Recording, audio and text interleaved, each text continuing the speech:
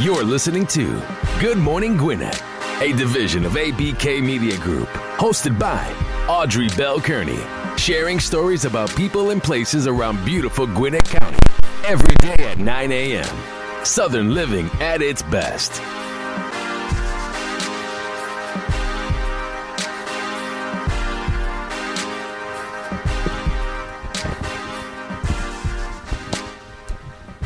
Good morning, and welcome to another edition of Good Morning Gwinnett. I'm your girl, Audrey Bell Kearney. Today is Thursday, November the 14th. It's a beautiful day here in Gwinnett, so good morning all my Gwinnetians out there in Gwinnett land and all of you around the world listening to the sound of my voice. Hope you're having a wonderful day. It's almost a weekend. It's almost there. Got a great guest for you today. As always, I got a good guest for you. It's a beautiful day here. Right now, it's about 39 degrees, going up to a high about 46, so it's still feeling pretty winter right now. Still feeling a little chilly. I'm not complaining because when I was in Jersey right about right now, we would be having a blizzard. So I'm all right. Listen, before we get started, I want to go ahead and start off with our horoscopes brought to you by noted astrologer Micah Thison for today, Thursday, November the 14th. And we're going to jump on in because I got a guest for you today. And he's going to be telling you some good stuff about why you need to vote for him in Gwinnett County. Yeah, right? I'm talking to a lot of politicians. Some big elections coming up in 2020. A lot of big elections. So I want to get some presidential candidates in here. That's going to be the thing. When they do the debate here in Atlanta, I was like, hey, listen, if you're listening out there, I need a ticket to the debates in Atlanta. If you're listening to the sound of my voice, I need 2 tickets to the debates in Atlanta. All right? Audrey at goodmorninggwinnett.com. Send me what I need to send you. All right. Let's kick it off with the horoscopes. All right, Aries, go out with friends. You may experience setbacks due to additional responsibilities with loved ones. You have made an accurate assessment of the situation and have come up with ideas that will save you money. Anytime you can save some money is a good day. I don't know about you. Watch the coins. Taurus, help with your aspirations is likely. Help with their aspirations is likely, and profits could follow. Look into ways to make your home more comfortable. Don't allow colleagues to stand in your way. Don't let nobody stand in your way. Run them over. Get out my way. I'm trying to get somewhere, and you're in the way. Run them over. No, I'm just kidding. Don't run them over. I'm kidding. Do not run anyone over. I'm sitting here with a law enforcement. I am kidding. I sound like Madea, right? Kidding. I'm kidding. Don't overindulge in any way, Gemini. You are best to channel your energy into work. You may not be as well received in group endeavors if you try to force your will on others. Listen, I live with 2 Geminis, and they always trying to force their will on somebody. Ooh, don't do it, Gemini. They're going to kick you out the house. Cancer, trying to deal with your mate will be unproductive and possibly hurtful. Do not let your mate annoy you. Patience will be the key. A little overtime may help reduce your workload. Ooh, patience. That's all I'm going to say, Cancer. That's all. Patience. It could be the key. Leo, your creative imagination will help you in coming up with unique ideas. Help elders with their concerns. Don't avoid situations that may deteriorate. Try to mend them. Listen, don't let it get too far out before you try to fix it, because if it gets bigger and bigger and bigger, then it's harder and harder to fix. All right, Virgo? All right, Leo? Just try to fix it. Not you, Virgo. You got something else in store. So, Virgo, your mate may not be too sure about your intentions. Take care of yourself, or you can expect to suffer from minor illnesses. Try to deal with it quickly. Don't dwell on past regrets. Listen, Virgo, because I know Virgos. Don't dwell on it. Let it go. Just let it go. That's all I'm saying. Let it go. Move on to something else. All right, so I'm going to a song. I'll be right back after this next song to give you more of the horoscopes brought to you by noted astrologer Micah Thison, right here on the Good Morning Gwinnett Show.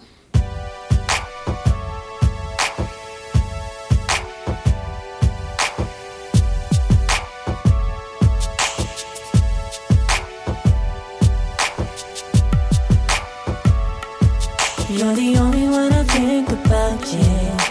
You're the only one for me. The only one I care about, yeah. Thinking about you day and night, yeah. You're the only one for me.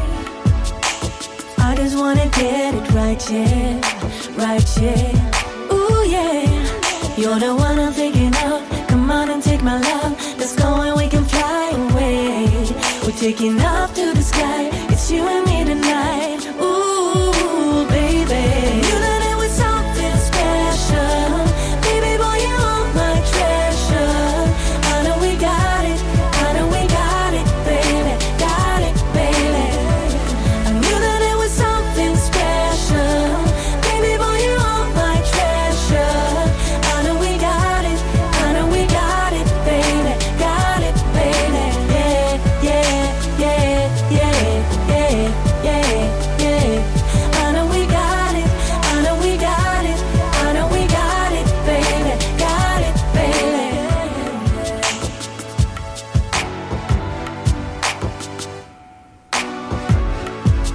It's amazing how you rock my world. You're the only one for me. Never thought that I would be your girl. You're the only Ooh, yeah. You're the one I'm thinking of. Come on and take my love. Let's go and we can fly away. We're taking off to the sky. It's you and me tonight. Ooh, baby, you know that we're something special. Baby boy, you are my treasure. I know we got it, I know we got it, baby, got it, baby. I knew that it was something special. Baby boy, you are my treasure. I know we got it, I know we got it, baby, got it, baby. Yeah, yeah, yeah, I know we got it, yeah, yeah. I know we got it, I know we got it, I know we got it, baby, got it, baby.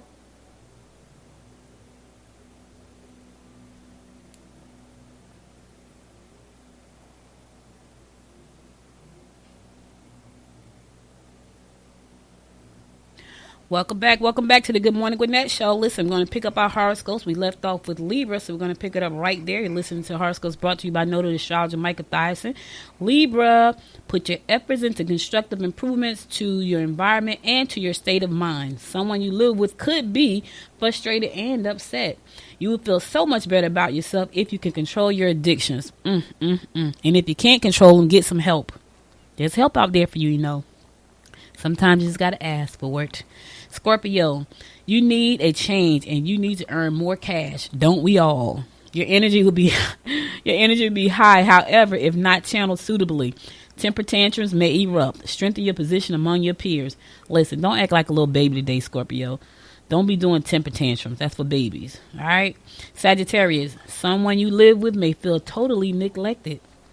Try to do your job and then leave. Take a close look at contracts and agreements that have been offered to you. If you don't know what you're looking at, hire somebody that does.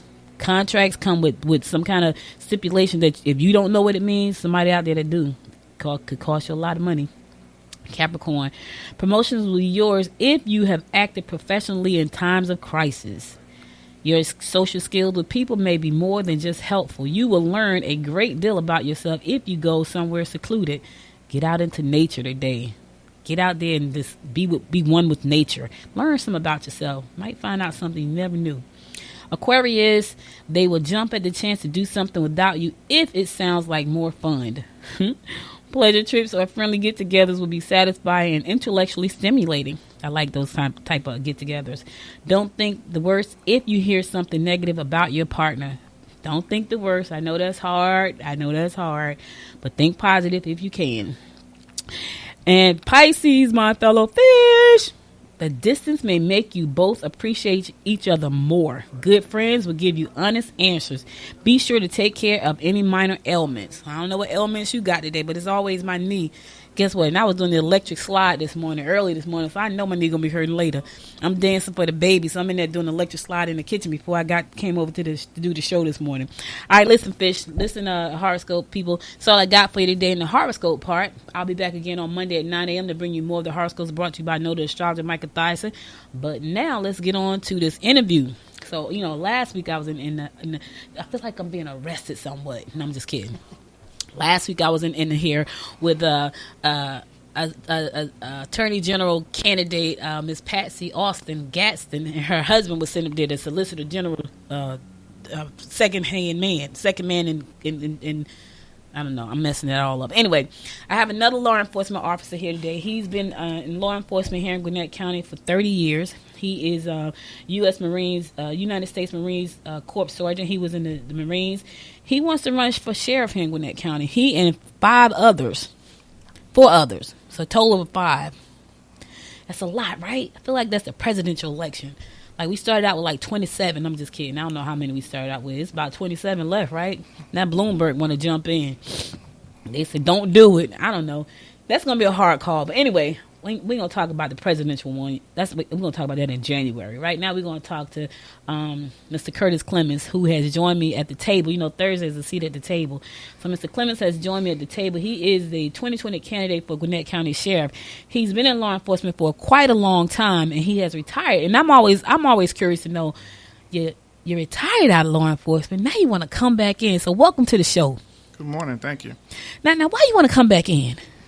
Well, I know we had talked earlier, but, I have this crazy idea that I think I can do something positive for Gwinnett County. I think I bring to the table unique experiences and knowledge that the other candidates don't have. And ultimately, I want to give back. I want to continue giving back to the community that I have called home for the last 30 years. So you say you called it home for the last 30 years. What were the first 30 at?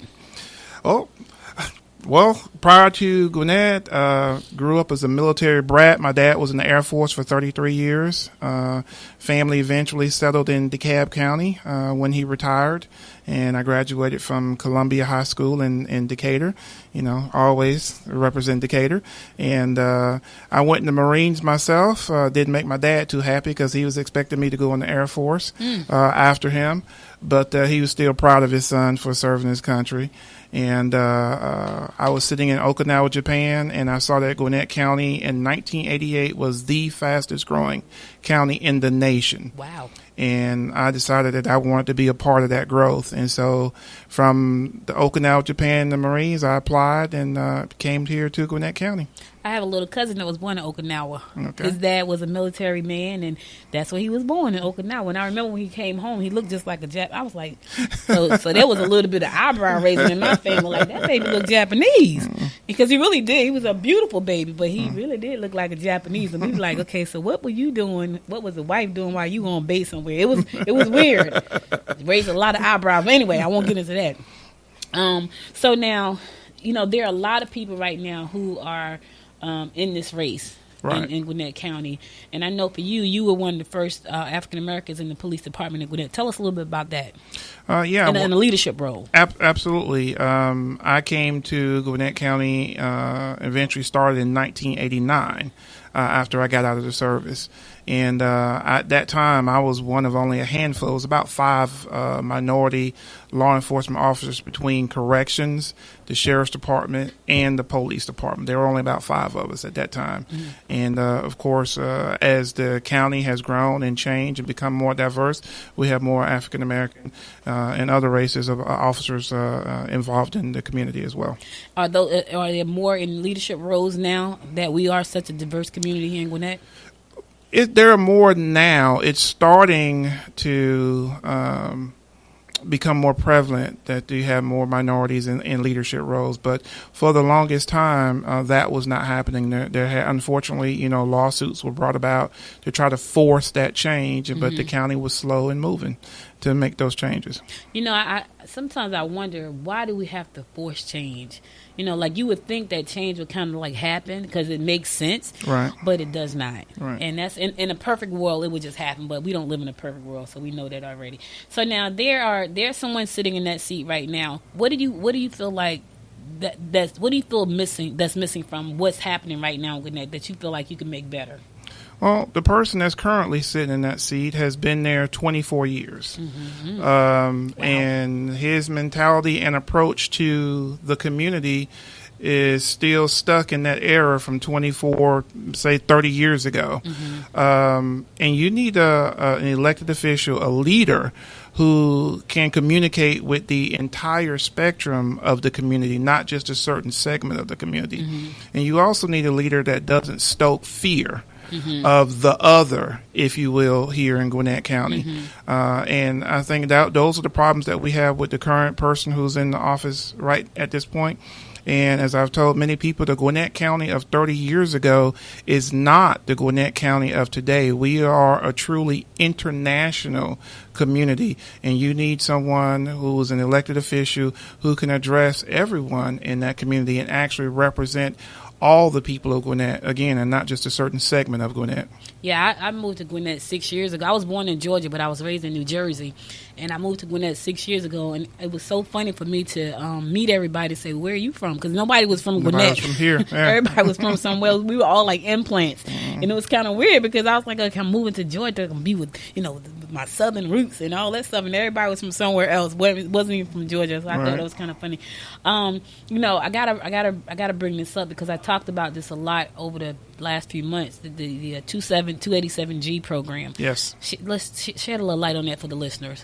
Well, for those that don't know what 287G is, it is an agreement that the sheriff has with the immigration officials, ICE. And what happens is persons who are brought into the jail, and it has been shown nationwide that disproportionately black and brown people have been targeted in the ICE deportation program. And one of the issues that I have with the sheriff's agreement with ICE is that folks are brought in, and then once ICE is contacted, they are sent to for-profit prisons. So it's not in the sheriff's interest to actually serve the community by not being a part of the ICE program. It encourages more financial funding from ICE, to keep filling those for-profit prisons. And as I said, disproportionately black and brown people are targeted by the ICE system and run through the system and detained. A lot of times for something as minor traffic violations, not necessarily as it was initially designed for gang members and people who commit felony crimes against the community. Now you have the mom who just on her way to the Publix grocery store and got stopped because maybe she didn't turn on her turn signal, and she never comes back home because she's been detained by ICE and is shipped out of the country within 30 days or so. And what happened to that mom and the children? You're leaving behind broken families. I don't know if you saw recently in an article right here, there was a mother who was suffering from stage 4 cancer and was getting treatment, and just like that, she was pulled over for improper lane change. And she has been in this country for almost 30 years, hasn't done anything, never violated law, never been in trouble, but from a minor traffic violation, now she's facing deportation. But she has raised her kids who fall under the DACA program very well, because one of them is at Yale on a full scholarship.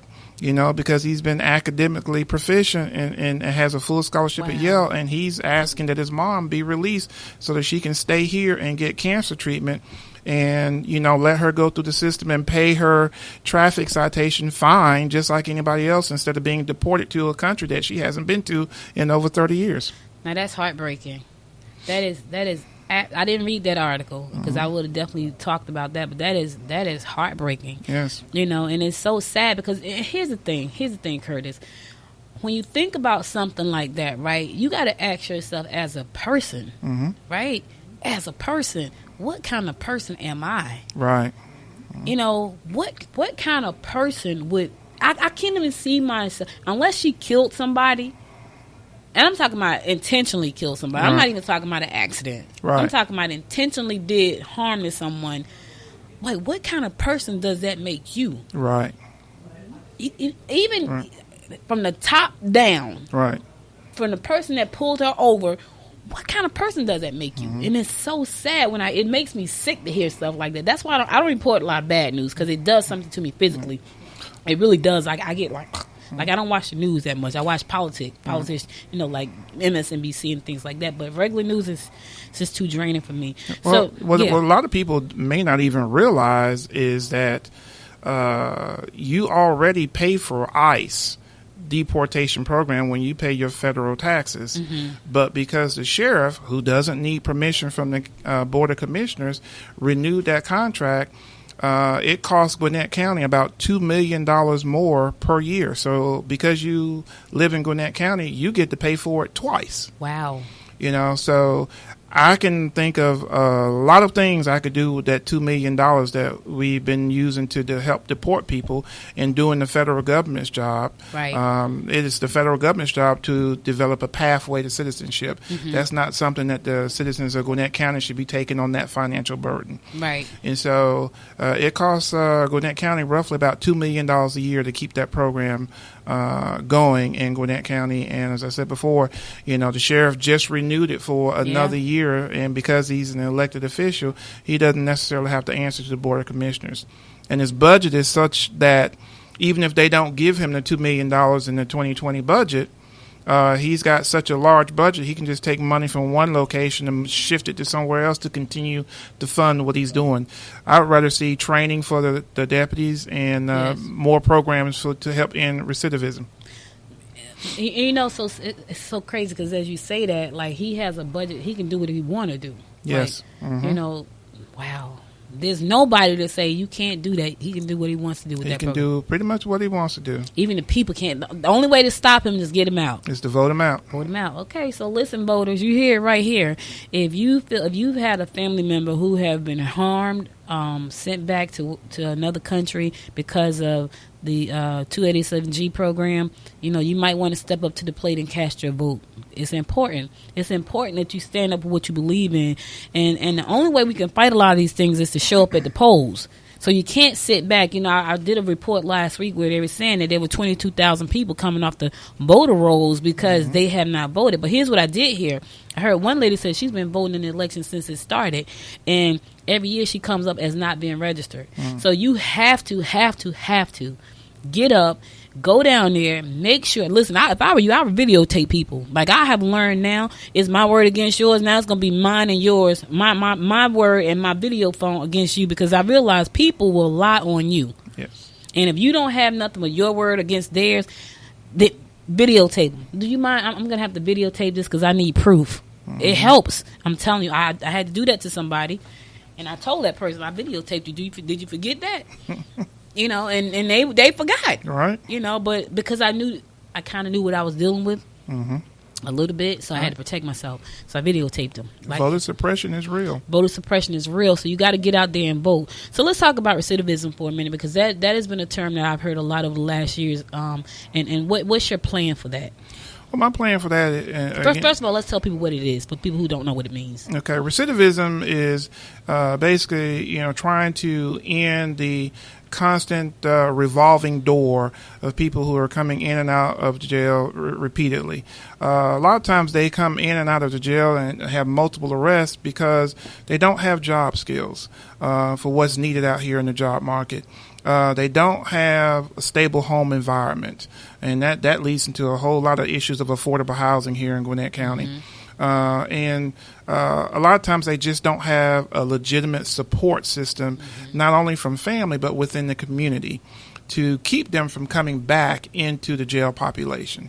And so as part of my campaign, in my previous history, both as assistant chief of Gwinnett PD and in my personal life, I've been working with a lot of nonprofit organizations who are standing by and ready and willing to work with me to provide jobs and provide training and skills to people. And I'm currently working on a program right now with the solicitor's office and the Gwinnett Housing Authority, trying to develop affordable housing right here in Gwinnett County, because in some parts of Gwinnett County, you're being priced out. You literally can't afford to live in the community, and but everybody is not able to afford $500-600 or more $100,000 homes. So, and Gwinnett is so diverse, and with that diversity comes a diverse income, and so we want to be welcoming to everybody and provide those job skills and training, so that we can keep people out of jail and give them the stability that they need to be productive citizens here in Gwinnett.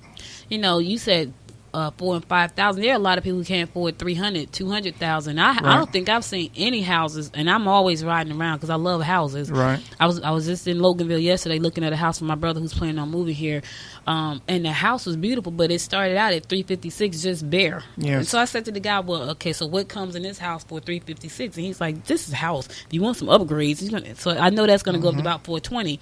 So with that being said, is there a space to put affordable housing? Like, I know Gwinnett is pretty crowded right now. Right. Is there a space for affordable housing? If there is, where are some of those spaces? Well, there are some spaces. There's still a certain segment of Gwinnett County that is still considered, I guess you would call rural. Mm-hmm. You still got the, large areas of cow farms and Really? patties and stuff. Oh, Where's yes. that? Back over in Tequila and areas back over there in Grayson and Loganville. Loganville, I know. I didn't know about. I don't see nothing in Grayson. Yeah, there's a lot of open pastures out there, and just people who have owned land for generations, and they've just never sold it.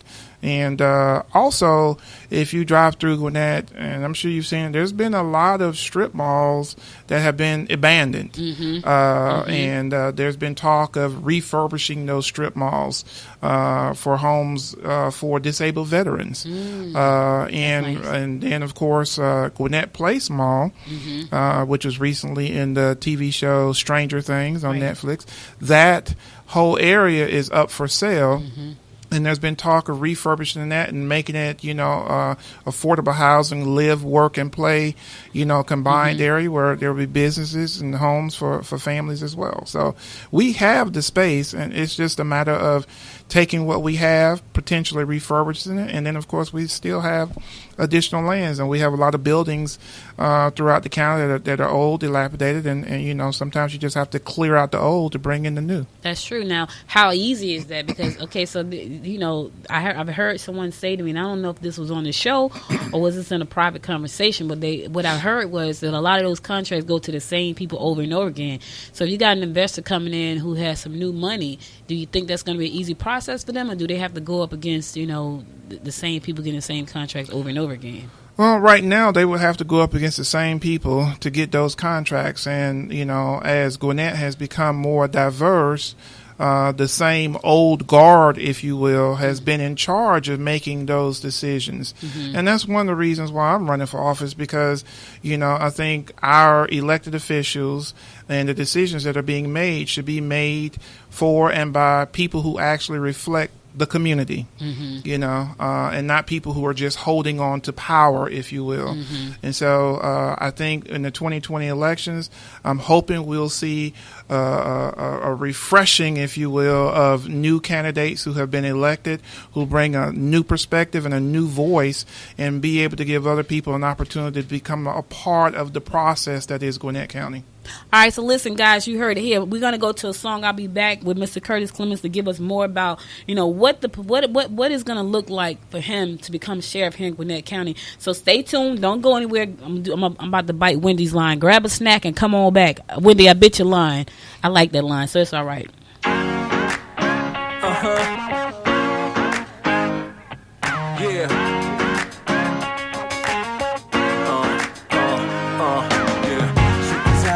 Like to party.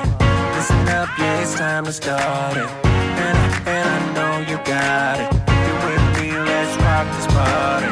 All the girls on the side say, and all my fellas on the side say, tonight we're gonna fly high to the skies, 'cause we're gonna have a taste of the good life.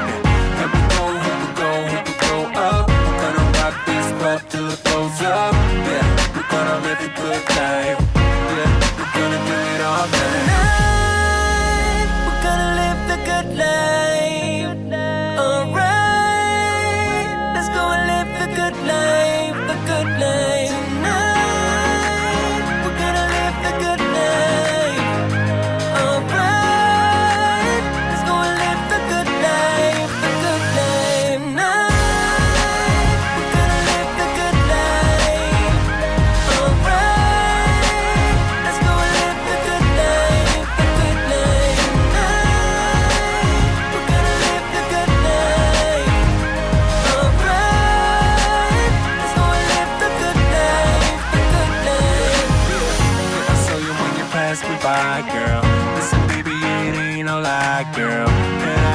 I can't deny that your sexy little booty caught my eye, girl. Listen, you don't have to be the shy girl. I'm not a player, no, I'm not the guy, girl. Listen, yeah, I know that we could fly up in the sky. At least we could try, girl. Yeah, you know that I've been around this time, look up and down for some to play with. Yeah, I know I finally found you, girl. I'm gonna find you, girl. You got me.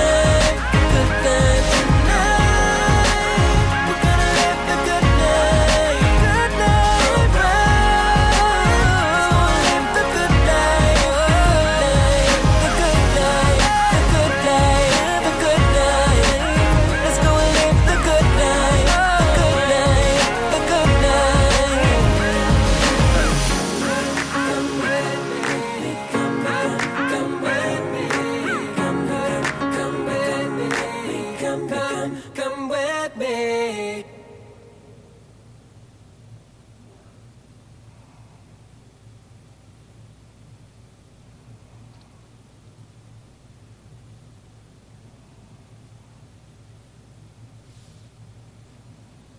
Welcome back to the Good Morning Gwinnett Show. It's your girl, Audrey Bell Kearney, sitting to the table today with political candidate, Mr. Curtis Clemons. He's talking about what he's going to do when he becomes the sheriff of Gwinnett County. So happy that he's joined us today. You know, criminal justice system across our country needs great attention. And so I'm so glad to have had some great candidates on so far who are talking about, you know, the things that they want to do. Just last week I had Miss Patsy Austin on, and she was talking about her role in our system and what she plans on doing. So I'm happy to have Curtis with me today to talk about what he plans on doing with our justice system. Tell us a little bit about your bail and bond reform. I know that's one of the things that you're passionate about. Absolutely. With the bail and bond reform, you know, having worked at the sheriff's department and the police department, you know, you see things firsthand. And with the bail and bond reform, what I'm looking at is I found out that roughly about 20% of the people that are sitting in the Gwinnett County Jail right now, they are in there on bonds that are $500 or less. Here's the problem with that. A lot of it is traffic violations. And number two, bonding companies won't touch anything under $1,000 because they're not making enough money off of it. So, because they usually make anywhere from 10 to 15%, sometimes more, off of the bonds, the percentage off the bonds. Well, as sheriff, one of the things I want to do is if the bond is $500 or less, and it's a non-violent misdemeanor offense, I want to make it so that people can come in and sign a signature bond and get out and go back to the community, be productive, and go take care of their families. Because what I've seen is a domino effect. Okay, typically after about 3 days, most people will lose their job if they don't show up. So from first you lose your job, and now you don't have an income. So now you and your family potentially could face eviction because your money has been interrupted, if you will. So now let me ask you this, because I know this is a question. Mm-hmm. So they sign a signature bond, right? That means that they have agreed to pay this amount. No, with a signature bond, it's saying they're being released on their own recognizance, and they are agreeing to come back and show up on their specified court date and remain available to come to court and actually show up. Okay. And so it's misdemeanor, nonviolent. Most of them are traffic offenses. Okay. So the problem is because you are in a different financial status, you essentially being poor shouldn't be an additional punishment or crime. You know, because for somebody that $500 or less means nothing, and for the next person that $500 means the difference between, are we going to pay rent this month, or are we going to feed the family, or do I get you out of jail? I don't think you should have to make that decision. Right. You know, for a lot of times what are minor offenses, and they're non-violent, so you're already not a danger to the community, you know, because you have a minor traffic violation or a minor offense. Let's go ahead, get these people out, sign your own recognizance bond, show up for court just like anybody else, and have your day in court. But in the meantime, you're out there, you go back to work, you be productive, you're taking care of your families, and you're handling your business. And we want to give people that opportunity, because you reach a point where your bond is $500. You reach a point where it's costing us more to keep them in the jail than what the bond is. Now, you would think that was common sense. Why you think it isn't common sense? Everybody don't have common sense. Right. Like that. Okay, so how much is it a day to keep someone in jail? Do you know? Roughly, it's about $63 a day. $63 a day. So if you stay in there already 10 days, you already over that $500 easily. Mm-hmm. And how long have you seen people stay in there for minor events like offenses months? Like this? Months. Really? Waiting, you know, they go to trial. They can't afford an attorney, so they get a court-appointed attorney, and they're sitting there, but they can't get out because they can't afford the bond. Wow. You know, so they will essentially sit there throughout the entire process, will have lost their job, potentially lost where they live, and then eventually when they get to court, and the judge will give them credit for time served. And you get out, and you have nothing to go to. That's downright ridiculous. Well, to me, it is part of the bigger problem with the school to prison pipeline, you know, and when you look at the connections between the school to prison pipeline, your jails, especially your for-profit prisons, there's no incentive to work with the community. The incentive is to keep people there and keep filling up these jails. And disproportionately, black and brown people, you know, are the ones who are filling up these jails. Wow. So while they're in there sitting to wait to go to court, they're actually working at one of these for-profit centers. Well, Gwinnett County Detention Center is not a for-profit prison, but it's part, I believe, of the, like I said, the school to prison pipeline, because, you know, like with ICE, you know, they get sent to the for-profit prisons, and it is inherently beneficial, if you will, for the sheriffs and ICE and these for-profit prisons to keep the prisons full of people. Right. So you gotta use, whereas you also would normally have discretion and could write a ticket and send you on your way. No. Let's keep filling up these prisons so we all make money. That's so sad. And now that I hear you say that, so if they're in there for months at a time and they've lost everything, chances are when they get out, they could be right back in the system again, because they don't have anything, because they've just spent the last couple of months locked up for a $500 bond or bail. Wow, that is terrible.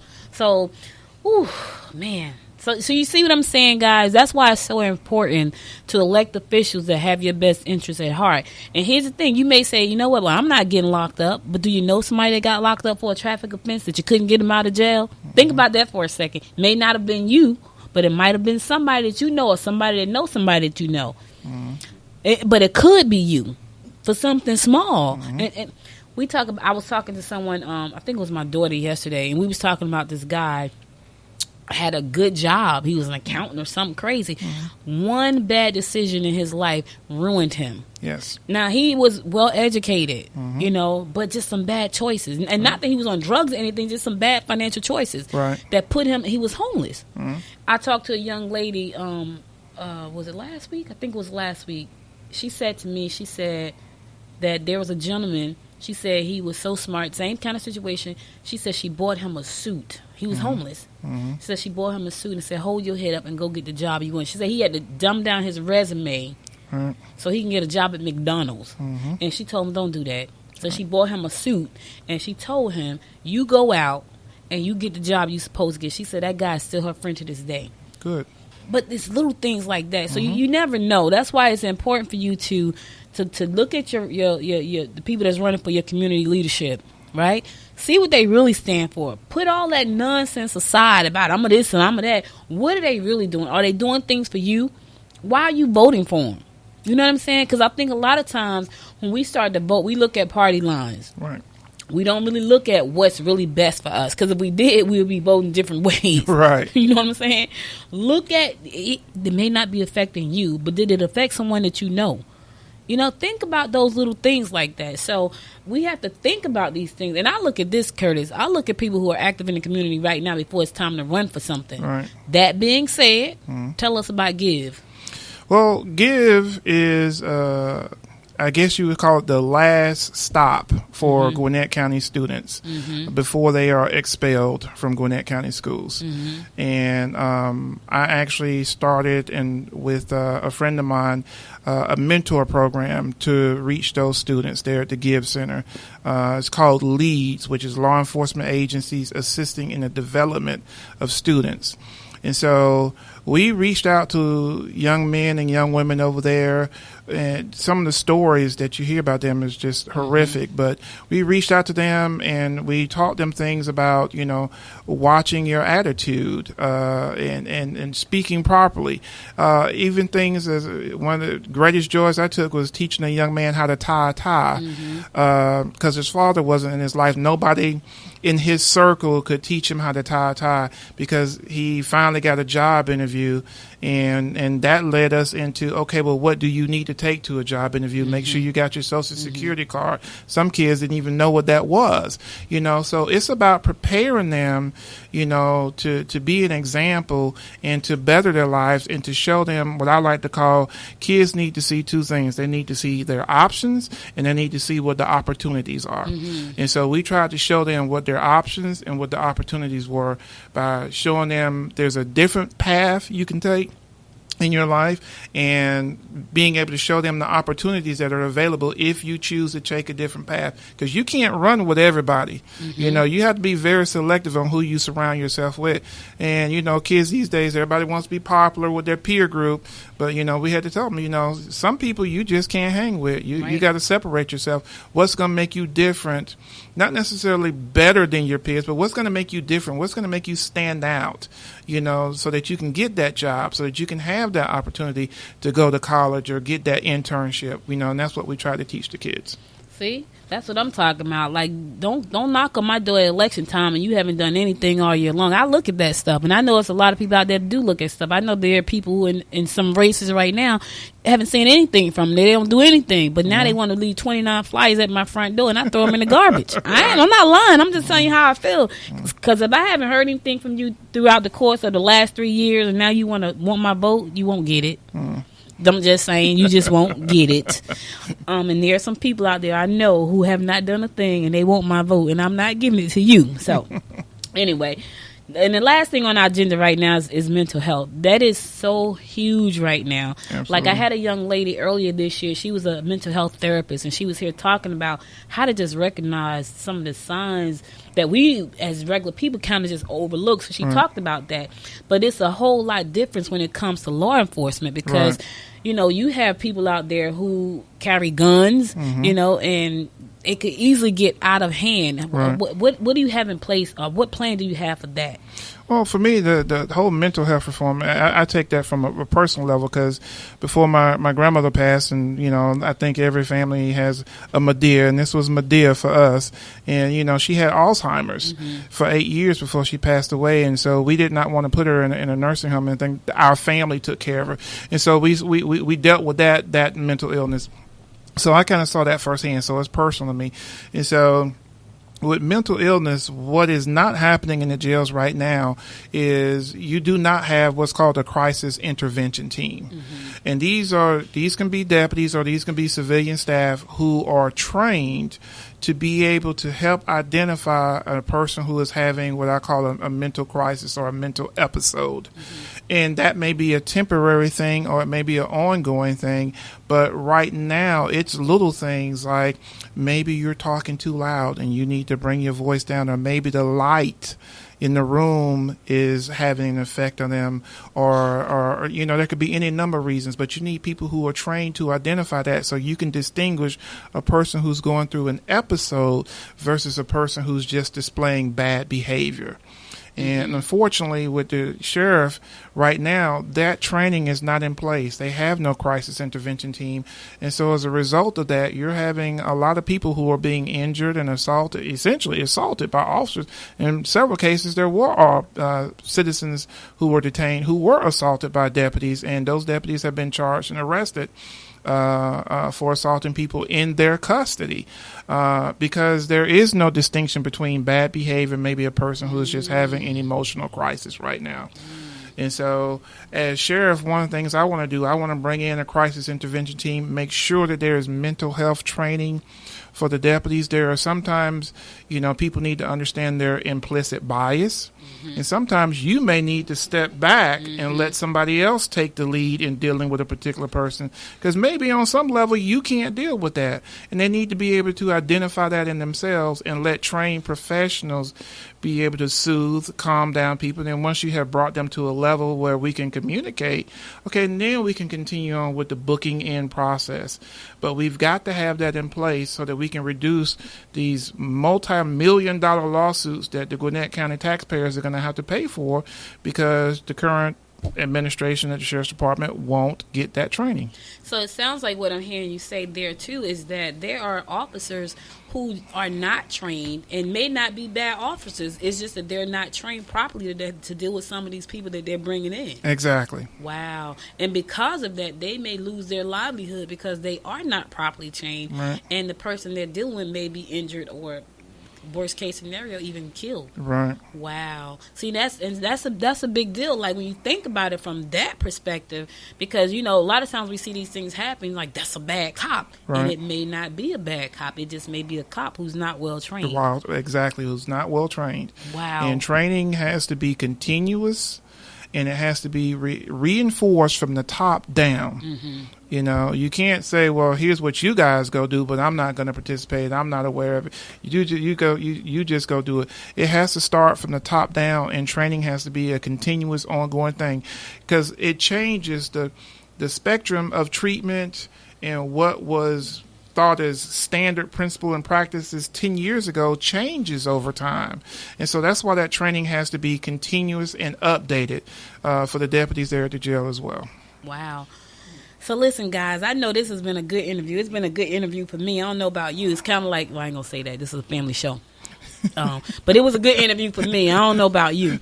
So, Curtis, listen, tell people how to tell people. See, I'm silly sometimes. It's Thursday. My week ends today. I don't do this on tomorrow, so I'm off. This is my Friday. It's Thursday for you, but it's Friday for me. Tell people how to come out and support you in this campaign election. How can they get involved, and how can they contact you and support? Thank you.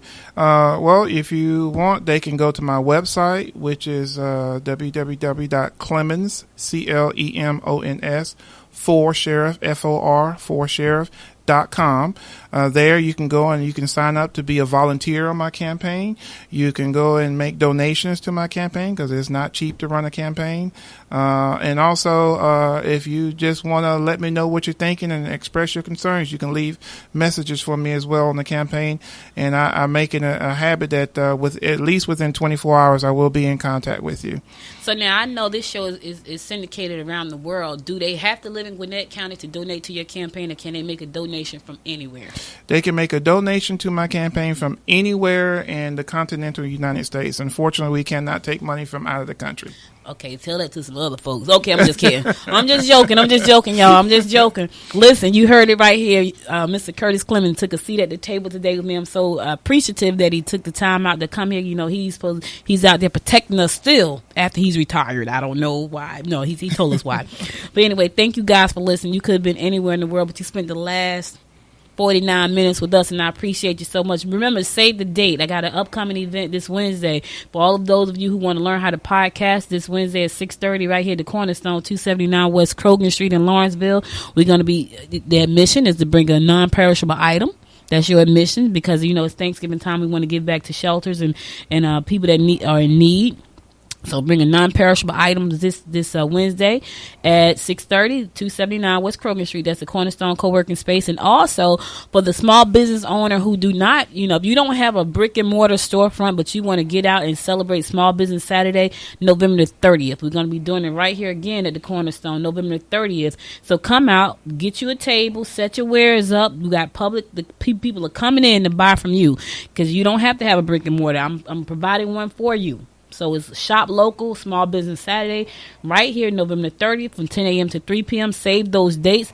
For more information about that event, go to goodmorninggwinnett.com. Dead smack in the center of the page, you'll see a banner there. Click the banner. It's going to take you over to the Eventbrite page. You don't have to call it Cornerstone. Shoot me an email if you got a question. Everybody's been calling the Cornerstone. It's like, oh, my God, I got a call at 12:30 last night. Everything you need to know is on the Eventbrite page. All right? So, again, thank you for listening. I'll be back again on Monday, God willing. Be safe this weekend. Take it easy. Don't do nothing I wouldn't do. That doesn't leave a lot. But have a good time. And thank you again. I'll be back again. Thank you again, Curtis, for being my guest today. Absolutely. All right. Until next time, guys, make it a great day. Bye now. You've been listening to Good Morning Gwinnett. Make sure to tune in daily at 9 a.m. Eastern Time to find out what's happening around Gwinnett. If you miss an episode, go to www.goodmorninggwinnett.com to catch up. If you like this episode, go ahead and subscribe to the show now and share it with your friends.